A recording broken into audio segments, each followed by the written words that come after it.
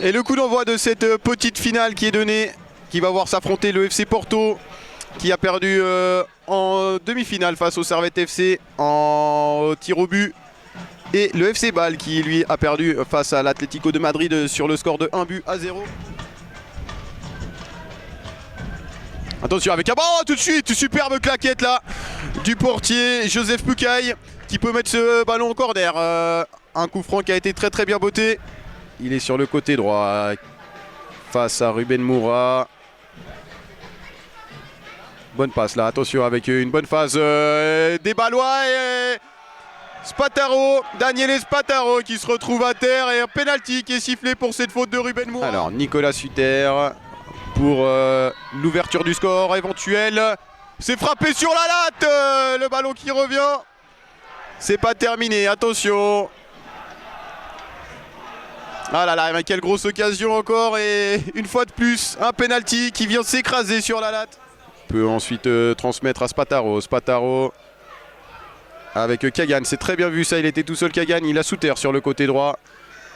Elle lui a transmis, Suter qui percute, il rentre dans l'axe, Suter encore. Suter qui s'appuie sur Spataro, Spataro qui remet à Suter. La frappe, oh, quel arrêt. Magnifique arrêt de Peixoto. Attention, c'est pas terminé avec Vesco qui a pu récupérer Spataro. Spataro dans les 16 mètres. Et la Gubinelli qui a tenté de stopper l'action portugaise. Mais on a pu trouver là sur le côté gauche Thiago Lopez. Le centre de Thiago Lopez avec là une glissade. La frappe d'André Silva qui passe largement au-dessus des buts bâlois. Le match s'était soldé sur un score de 2 partout. Avec superbe là, on a pu transmettre pour Spataro. Spataro en bonne position, la frappe et encore un arrêt du portier Peixoto. Après 16 minutes et 20 secondes de jeu, toujours pas de but dans cette partie. 0-0 après cette première mi-temps. Est-ce que la deuxième mi-temps va nous permettre de voir des buts et surtout nous permettre de départager ces deux équipes avant une éventuelle séance de pénalty. On vous rappelle que le FC Bâle est opposé au FC Porto dans ce match comptant pour la 3e, 4e place. Godiano qui tente de lancer Vesco. Vesco prise avec Damas. C'est très bien fait de l'attaquant bâlois qui a réussi à récupérer ce ballon. Spataro. Spataro, il attend l'appel de Mbenza sur le côté. Le voici. Il lui met le ballon. Mbenza face à Rosario. Le centre de Mbenza pour la tête de Suter. Une tête. Suter n'a pas réussi à vraiment mettre l'impact dans ses têtes. Et le ballon qui va sortir. On n'arrive pas à trouver de solution pour l'instant côté portugais. La défense bâloise qui est bien regroupée. Ah, superbe la déviation de Magalhães pour Rosario, le 1-2, très bien fait. Magalhães de nouveau dans les 16 mètres, le centre de Magalhães au deuxième poteau.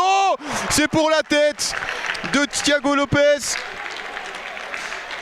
Et c'est l'ouverture du score ici pour le FC Porto après 31 minutes et 40 secondes de jeu. Et le but inscrit par le numéro 16, Thiago Lopez. Qui peut se retourner. Et c'est pour Ferreira. Ferreira. Ah, ça c'est bien fait. Magalhães pour Vieira. La frappe de Vieira. Quel arrêt. Joseph Poucaille qui s'étend sur son côté. Très bien fait. Rosario qui a tout le temps pour regarder. Centrer. Campos qui se retourne. Il n'a pas réussi à embarquer le ballon exactement comme il le désirait. L'attaquant portugais. Et un grand coup de botte en avant, Campos qui va tenter de se battre. Campos au duel avec Nifeller. Avantage au Portugais. Campos encore la frappe. Trop croisée de Campos. Et il a pu remettre dans l'axe avec le changement de jeu à destination de Magalhães. La tête de Mbenza. Vieira en bonne position qui tente lui aussi sa chance lointaine. Avec cette reprise de l'instant, le ballon n'est pas du bon côté pour les Bâlois s'ils espèrent éventuellement une séance de pénalty. Encore un ballon pour Lopez. Lopez, il rentre dans les 16 mètres, il peut centrer. Lopez, Campos avec la faute, le tir de Campos. Et là, c'en est terminé des espoirs bâlois sur cette frappe de Campos. Et ce deuxième but pour le FC Porto qui vient dans les arrêts de jeu de cette partie. Alors là, il n'y a plus de suspense. C'est le FC Porto qui va terminer 3e de cette Geneva Cup 2016. Qui a été indécis quand même pendant très longtemps, mais les Ballois qui n'ont pas réussi à se montrer vraiment très dangereux, si ce n'est sur ce penalty raté en début de match. Voilà, on ne laissera même pas le temps aux Ballois de remettre en jeu. Le score final de ce match, 2-0 pour le FC Porto face au FC Bâle. Et c'est donc le FC Porto qui va fermer la marche du podium de la Geneva Cup 2016.